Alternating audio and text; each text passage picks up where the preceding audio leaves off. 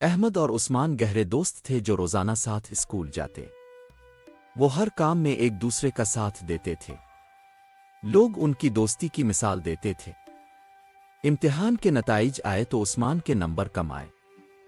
کچھ لڑکوں کی باتوں سے عثمان کو لگا احمد اس پر ہنس رہا ہے۔ احمد کو محسوس ہوا کہ عثمان اس سے ناراض ہے۔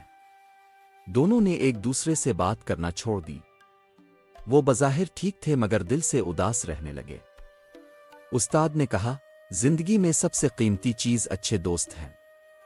غلط فہمیوں کو دل میں رکھنے سے رشتے کمزور ہو جاتے ہیں۔ احمد عثمان کے پاس گیا اور معافی مانگی۔ اس نے کہا، میرا مقصد تمہیں دکھ پہنچانا نہیں تھا۔ عثمان نے بھی اپنی غلطی مانی اور اسے گلے لگا لیا۔ ان کی دوستی پہلے سے بھی زیادہ مضبوط ہو گئی۔